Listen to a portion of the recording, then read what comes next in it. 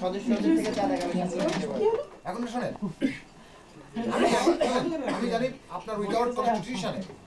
কনস্টিটিউশনের সাথে নিয়ম আছে বলতে পারবেন না কিছু হবে বঙ্গবন্ধু না কেস হবে না আমার বঙ্গবন্ধু খুলে গেছে তো নাইম ভাই আমরা শুধু নাইম ভাই নামে কথা বঙ্গবন্ধু পরিষদ মিস্টার নাইম এটা অ্যাকাউন্ট ব্যাংক অ্যাকাউন্ট যেটা আমার কোম্পানি রেজিস্ট্রেশন হয়নি তাই না আমার কোম্পানি করতেই হবে না এরকম আমার কোম্পানি কাজ মাহফুজ অ্যাকাউন্ট কিন্তু আছে এই আপনার বঙ্গবন্ধু পরিষদের যে আপনার পয়সা কালেকশন করতেছেন আপনার একদিন দেখেন যে আমাদের হচ্ছে আপনার সুদ হয় এটা বাংলাদেশের জন্য আপনার 58 পয়সা খাবে না আপনি কিছু খাবেন এখন এটা হচ্ছে আমি সেদিন গত মিটিং আমার বাসায় মিটিং ছিল যে শুনলাম আপনার হচ্ছে ওনার হচ্ছে না আমাদের দিলেন না তাই না উনি 10 মাস জমা দিচ্ছেন তাই না আমাদের 7 মাস জমা আছে উনি 9 মাস তুলছেন 5 মাস জমা দিচ্ছেন তাই না তার মানে হচ্ছে আপনার প্লাস মাইনাসে আপনি ইন্টারেস্ট জেনে নিতে তাই না কিন্তু আমাদের টাকাটা আমাদের কোনো কাজে লাগছে না আমাদের ব্যাংকে ফ্রি রেখে দেয় 1 মাস আপনার কন্ট্রাক্ট ব্যাংকের সাথে 1 মাস টাকা তো আমরা বঙ্গবন্ধু পরিষদ বা কেন্দ্রীয় বঙ্গবন্ধু পরিষদের সহযোগী সংগঠন নয় একটি শাখা সংগঠন হিসেবে কাজ করতে রাজি আছি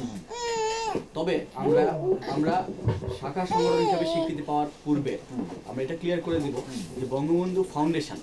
যেটি বঙ্গবন্ধু পরিষদ জাপানের একটি কম্পোনেন্ট মেইন কম্পোনেন্ট সেটা কাজ করবে সম্পূর্ণ ইন্ডিপেন্ডেন্টলি এবং এটার কাজের ব্যাপারে বঙ্গবন্ধু পরিষদ সেন্ট্রাল পরিষদকে হস্তক্ষেপ করবে এবং এটার এক কর্ম পদ্ধতি এবং কর্মধারা এবং এটার একটা নির্দিষ্ট নিয়ম নীতি থাকবে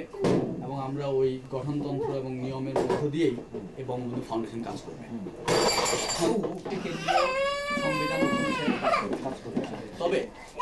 জাপানের থাকার কারণে পরিবেশ এবং পরিস্থিতিগত তফাতের কারণে বঙ্গবন্ধু পরিষদ জাপান নিজস্ব সংগঠন বা গঠনতন্ত্র তৈরি করবে যেটা সামঞ্জস্য পুরোপুরি সেন্ট্রাল পরিষদের বঙ্গবন্ধু পরিষদের সাথে সামঞ্জস্য রেখে তার 3 নম্বর হলো যে আমরা এক কম্পোনেন্ট হিসেবে বঙ্গবন্ধু ফাউন্ডেশন কম্পোনেন্ট হিসেবে বঙ্গবন্ধু পরিষদ জাপানের কাজ করবে এবং বঙ্গবন্ধু ফাউন্ডেশনের কাজ বা কর্মধারার একটি নির্দিষ্ট পদ্ধতি আমরা তৈরি করে ফেলবো এবং যার জন্য আমরা আজ যে আজীবন ডাইরেক্টর বা কিছু ডাইরেক্টরের পদ করে এবং ওই যে আমরা যেটা বললাম স্থায়ীভাবে একটা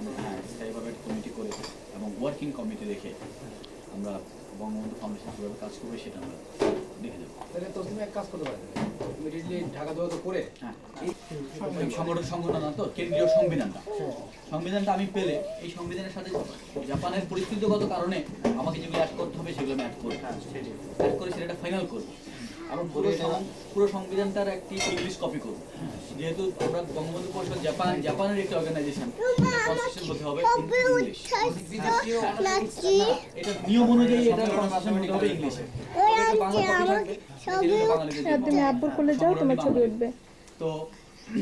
সংগঠনটা ঠিক বাঙালির এভাবে বলা ঠিক না কারণ আমরা এক ধরনের মেম্বারশিপ বিদেশিদের জন্য রেখেছি তো তারপরে যে জিনিসটা এই সংবিধানটা করে ফেলার পরে তার সাথে ফাউন্ডেশনের গঠনতন্ত্র তা না ফাউন্ডেশনের ঠিক বেসিক ক্যারেক্টারটা আমরা এই সংবিধানের সাথে জড়িত করে মানে ইন করে এই পুরো জিনিসটি আমরা সেন্ট্রাল বঙ্গবন্ধু পরিষদে পাঠিয়ে দিই পাঠিয়ে দিয়ে আমরা সেটার একটা পারমিশন নিয়ে নিব এবং আমি স্পষ্ট লিখে দিব যে বঙ্গবন্ধু ফাউন্ডেশন যে কম্পোনেন্টটা এই কম্পোনেন্টটি তার নিজস্ব গঠনতন্ত্র তৈরি করবে এবং নিজস্ব গঠনতন্ত্র তৈরি করবে এবং নিজস্ব বাইলজ তৈরি করবে যেটা দিয়ে তারা অটোনমাস কাজ করে যাবে তাই যদি হয় আমরা এই মুহূর্তে বঙ্গবন্ধু পরিষদ সেন্ট্রালকে জানাতে চাচ্ছি না এই ফাউন্ডেশনের জানাতে যাচ্ছি না এই জন্যই যে আমরা এখনই